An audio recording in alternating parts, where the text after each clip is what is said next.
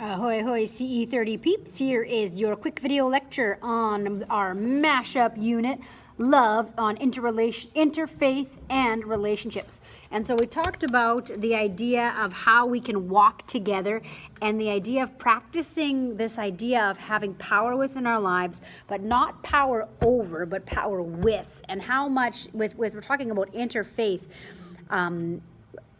trying to walk with power with each other is such a key idea. And the idea that a religion, like the word religion, means to realign ourselves, to look at our balance within our lives, and to be able to realign our being with that of God's love that is indwelling within us.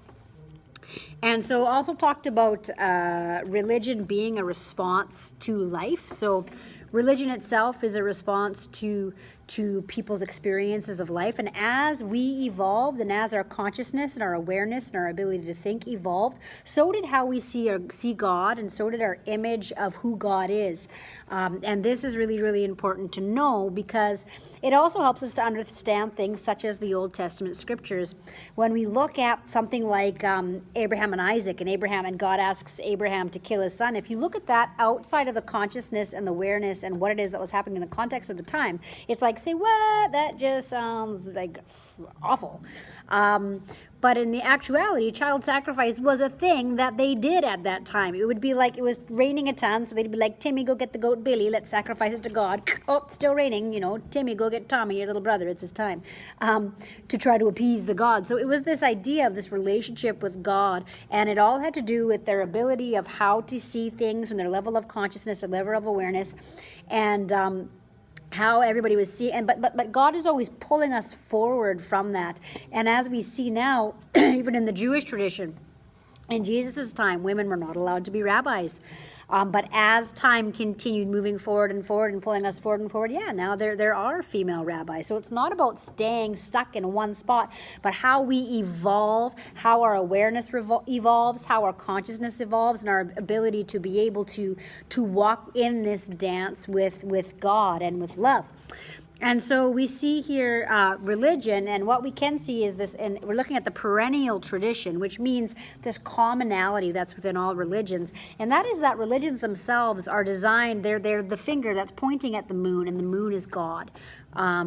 And so the key is, how do we use the religion as the practice to help us to fall in love with the moon, to help us to fall in love with God? And so I think that's kind of the key. And sometimes what we can find ourselves happening is falling in love with the finger itself, and not with God. And so these are the things when we are realigning ourselves, we see, am I in love with this idea of being right, or with this idea of this is we have the truth in this little box here and you can't have it? Or are we in love with the mystery of God? Two very different things.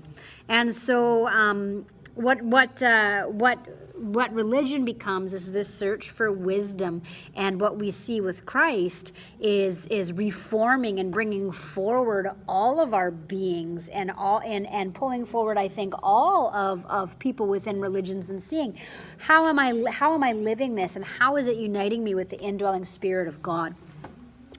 We watched a video talking about the greater things, and how love always calls us to greater things. Love always casts out all boundaries and goes beyond boundaries. Talks about the Holy Spirit is always pulling us further and further into truth, and that we don't pretend that some things aren't there. We engage with all things through the mind of Christ. Christ through us, maybe more accurately said, to be able to approach all of these things with this love of Christ, and to bring us to wisdom. So you're not trying to be in love with the thing, or in love with falling in love with just the religion itself, but with wisdom and with God. We talked about how what is love, baby, don't hurt me. We talked about our definition of love and how that dictates everything in our lives. How we define love defines how we allow ourselves to be treated, how we treat other people. How we define love defines how I can even have a conversation with somebody that thinks differently than I am, or is maybe in a different religion or a different political party. If I can't respect their dignity as a human being first, you can't have a conversation.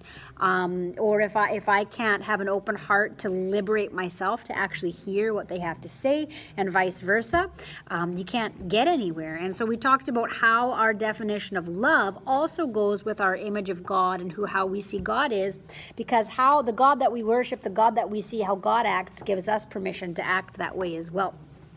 So if your God separates into categories and punishes, well, so can you. So it's really, really interesting to look at how does our image of God and how does our view of religion affect or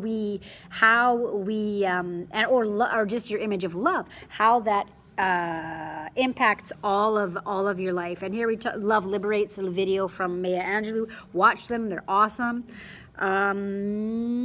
Talked about the difference between diversity and so we talked about unity versus uniformity. Unity, Jesus did not say that they all might be the same. Jesus said that they might be one. Unity and uniformity are two different things. Uniformity is like anybody watching this video, the only way that you're actually going to understand it and have anything to say is if you're wearing a jacket just like mine. So if you don't have a red jacket on, you totally are not getting anything ever. You got to wear a red jacket or else you mean nothing. You got to have red jackets, man. That's uniformity. Unity is something completely different, where we can have different experiences, we can have different thoughts, different emotions, but you can still be united. And another example that I gave was I played my guitar, and when you just play one note over and over again, it's this monotone, bling, bling, bling, bling, bling, bling, bling. But if I make the G chord, bling, the only reason that it harmonizes is because of its diversity, and is because each note is different.